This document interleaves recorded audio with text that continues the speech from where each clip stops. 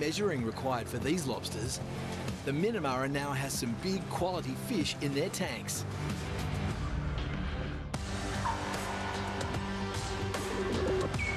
Matsika Island. Far out. And it's a winter of discontent for the crew of the Barralee. The lobsters are becoming harder and harder to catch. Probably by the first week in August, you'll notice that the fish are actually starting to slow down. During September and October, Tasmanian lobsters start to molt, casting off their shells as they grow in size. When the fish are about to molt, they go into a dormant stage. They're not interested in eating one little bit. You can't catch them. Not good. Not good fishing.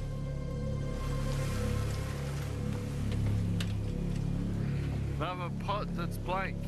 It's only mid-August. If the molting's already started, the whole fleet could be in trouble. Blank after blank after blank. That's not what we come to sea for, but it's a part of fishing. Yeah, just blank. Another blank pot. No grace. We'll stick at it. While the weather's good, we'll remain optimistic that we could actually at least get enough fish to cover costs for this trip. Going till midnight, full wind warning from central north coast. Bit of a change brewing down there ahead of us. Going till midnight. So much for the good weather. Deadman's Bay, Tasmania.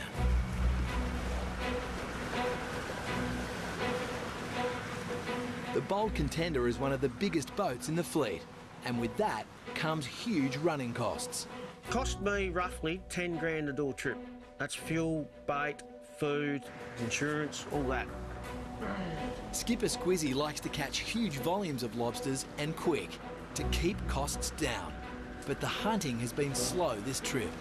You've got to know when the time's up. The weather ahead looks and catching 25 lobsters for one day is just eating into our small profit we've already made. So it's time to go home, it's time to cut our losses and get going. It's an 8.5-hour steam back to Margate, but Squizzy can't resist one last roll of the dice. Setting our last shot, the last shot of this trip.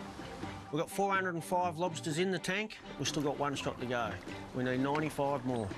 Looks like we're going to get pissed on, Toads. Wind, rain, everything. Yep, Toads. The front's just starting to hit now, so the wind's picked up. We'll go anchor in Denman's for the night. Should be all right in there. The wind's off the shore. Yep, Toads. We're going to have a power nap, get up at 1 o'clock, pull these babies up and get on home. It's going to be bad weather coming. All the seagulls are in a pack. Look, old fisherman's tale, when you see all the birds in a group, huddled together, when it's going to be bad weather. Middle Rocks. Righto. The Minamara has found a sweet spot. Calling it the sweet spot because we keep putting our pots back in there and we keep catching some, potfuls of fish and good ones at that. They'll shoot their pots back here in the shallows and hope for more big reds. How shallow was that? Oh, it's 5 fathoms and it comes up in front of us. So where we are now, we're fishing in 5 fathoms. That's about 10 metres. Righto, Zach.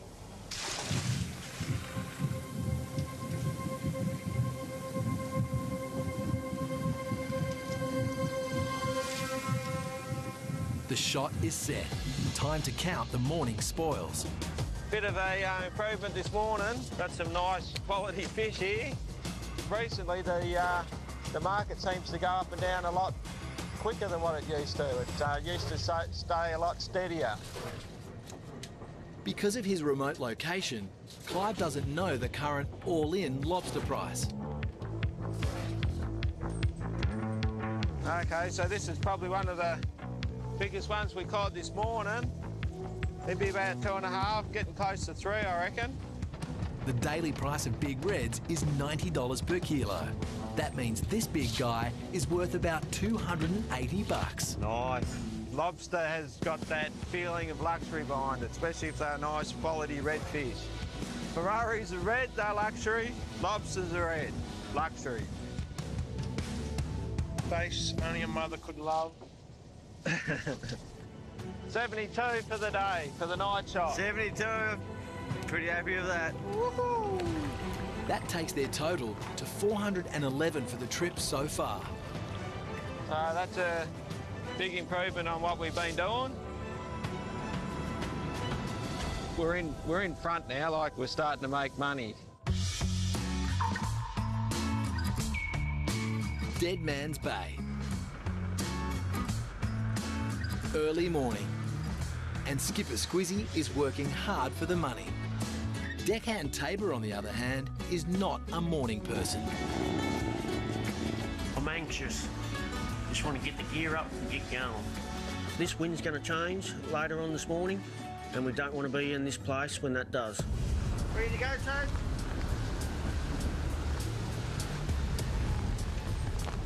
Look, we're both very tired, me and Tabor, but we're just got to push through it.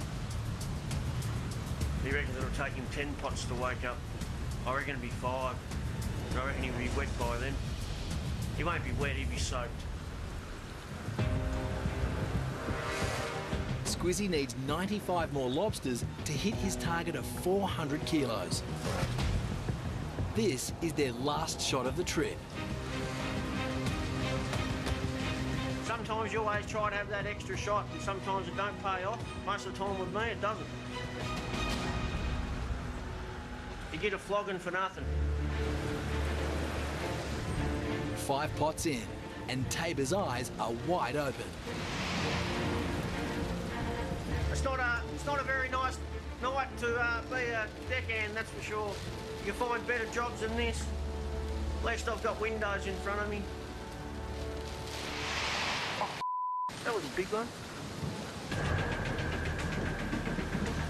The weather is wicked, but the fish are coming in. We count 39. 39. Yeah, we're going all right. That's a beautiful morning too. Oh, gorgeous. You wouldn't want to be any other place in the world except right here. Nothing but fresh air. So my target for this trip was about 400 kilos. I reckon we need around about 500 lobsters. And now for their final pot. I'll take that. We got 56 for the last shot, so happy with that. It was worth having that one quick shot. The bold contenders' final tally is 461. That's 39 lobsters shy of their target number. But there's still a chance they may hit their target weight, 400 kilos. They'll find out when they unload at port.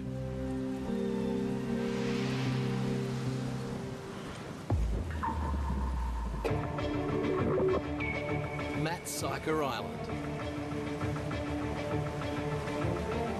The crew of the Barrelea is also pulling their last line of pots. Hopefully these ones have some fish in them. But there's a problem. One of the pots has snagged on the reef, and Rookie Jai is in a dangerous spot. Get out of my light, mate. You're in my light. You're in my light. Out of the way of the hauler, mate. I can't see the hauler. It's not on the hauler. Don't stand there. Jai's just standing in a very awkward place.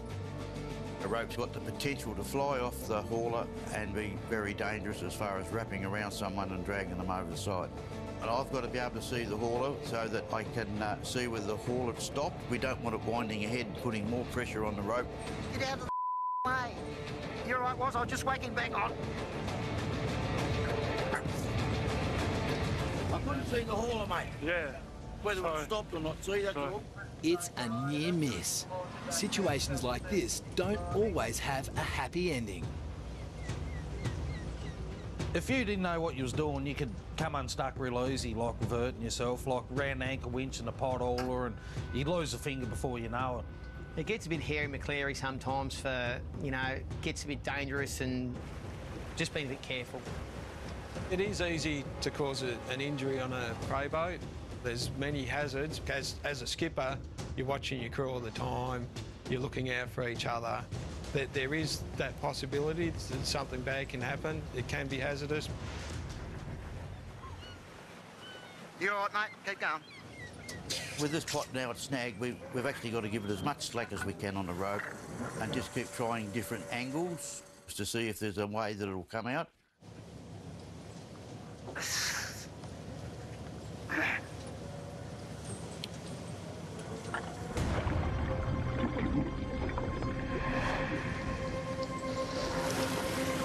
Move! Fuck the pot anyway. Get through there. That might be a problem. There's a massive hole in the pot. That red weighs about a kilo. The current all-in market price is $90. The broken pot equates to a loss of $350. Is it worthwhile baiting, Nige? I don't think so. The pot's obviously gone down in a crevice, and probably the angle we've started to pull it on with, we've probably pulled it tighter into a narrower crevice. And now that it's actually give way, it's because the pot's squashed and the sides come out of the pot. Bury him at sea with full military honours. He's just totally wrecked. So we'll bury him at sea. Now the crayfish will have a new home.